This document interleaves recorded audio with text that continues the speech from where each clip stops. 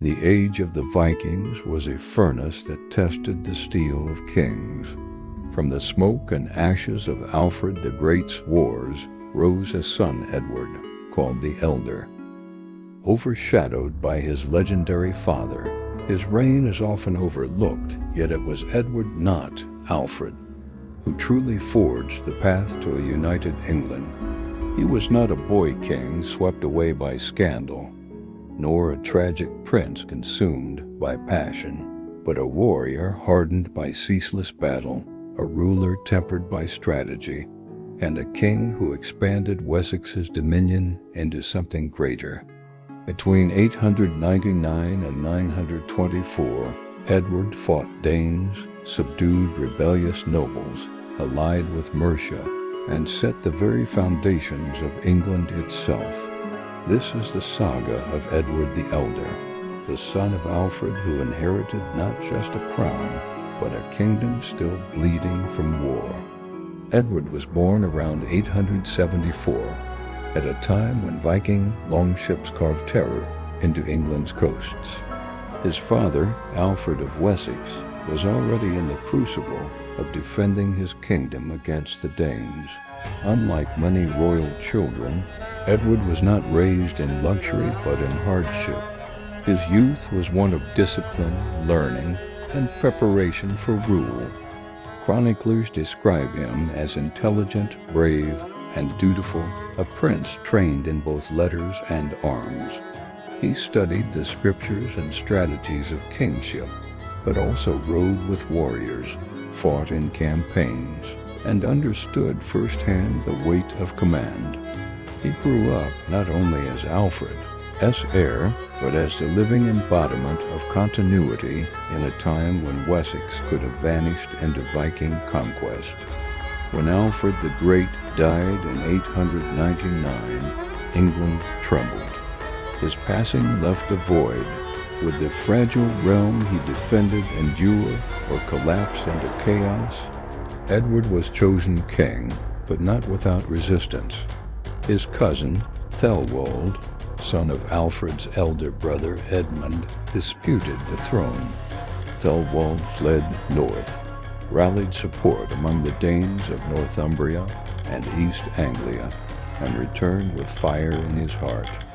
This was not just a family squabble, it was a battle for the destiny of Wessex. In 901 to 902, the War of Succession erupted. The decisive clash came at the Battle of the Holm, 902. Thelwold was killed, but so were many English nobles. Edward, though victorious, learned an early lesson. A king's greatest enemies could rise not from foreign shores, but from his own blood. Edward's reign was not solitary. His greatest ally was his formidable sister, Thelfold, Lady of the Mercians. Married to Thelard, ruler of Mercia, she became a warrior queen in her own right, leading armies, building fortresses, and fighting Danes with unmatched resolve. When Thelard died in 911, Thelfold ruled Mercia, alone, something nearly unheard of in Anglo-Saxon England. The brother-sister alliance became the hammer and anvil of English power. Edward in the south, Thelfold in the north, together pressing the Danes on every front. Their strategy was genius, a chain of burhs fortified towns built across the land, each a spear of stone and timber against Viking raids. This system, begun by Alfred, was expanded ruthlessly under Edward and Thelfold. It was not just military, it was political, economic, and cultural dominance reshaping England's landscape. From 910 onward, Edward waged relentless campaigns against the Danish-ruled lands in England. In 910, his armies, together with Mercian forces, crushed a Viking host at the Battle of Tettenhall, killing several Danish kings. Victory after victory followed. Towns like Bedford, Derby, Leicester, and Nottingham fell into Edward and Ethelflaed's grasp. Each fortress taken was another nail and the coffin of the Danelaw. By 918, Thulfald captured York, though she died shortly after, leaving Edward to consolidate power. He swiftly absorbed Mercia into his rule, ensuring that for the first time Wessex and Mercia were united under one crown. Edward's ambition stretched beyond the Danes. He demanded submission from the Welsh princes, who acknowledged his overlordship. Even Constantine II, King of Scotland, recognized Edward's supremacy in 920. The Anglo-Saxon Chronicle boasts that kings from Wales, Scotland, and even Strathclyde came to Edward and chose him as father and lord.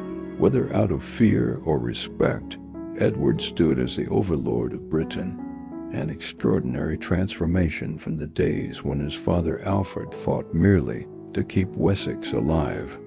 Edward's personal life was as complex as his politics. He had several marriages and many children, at least 14, possibly more. His children would shape England's destiny for generations. From his first marriage came Aethelstan, who would succeed him and become one of England's greatest kings. His daughters married into powerful European dynasties, extending Wessex influence across the continent. Other sons, like Edmund and Edred, would rule England in turn, continuing the line of Alfred. Edward was not just the son of a great king. He was the father of kings and queens, a patriarch whose bloodline defined the English crown. Even in his later years, Edward did not rest. In 924, a revolt erupted in Mercia and Northumbria against his rule. Edward marched north, crushed the rebellion, and reasserted his dominion. But the campaign took its toll. Soon after quelling the uprising, Edward fell ill and died at Farndon in Cheshire on July 17, 924. He was buried in Winchester beside his father, Alfred the Great. Edward the Elder reigned for 25 years longer than many kings of his age. Yet history has often placed him in Alfred's shadow. But consider his achievements. He defeated his dynastic rival Thelwold. He expanded Wessex into Mercia, forging the beginnings of a united English kingdom. He broke the power of the Danes and pushed them back. He won the submission of Wales and Scotland. He fathered a dynasty that would dominate England for a century. If Alfred was the defender of England, Edward was the builder of England. In the Chronicles, he is called the Elder, perhaps to distinguish him from his son, Edward the Martyr, or later kings of the same name. But the epithet carries a deeper weight. He was the elder in wisdom and labor in the forging of England's destiny. He lived not in the glow of legend like Alfred, nor in the tragic poetry of kings like Edwig, but in the hard stone of castles, the smoke of battlefields, and the silent obedience of conquered rulers. Edward the Elder was no myth. He was the Iron King who took Alfred's dream and hammered it into reality.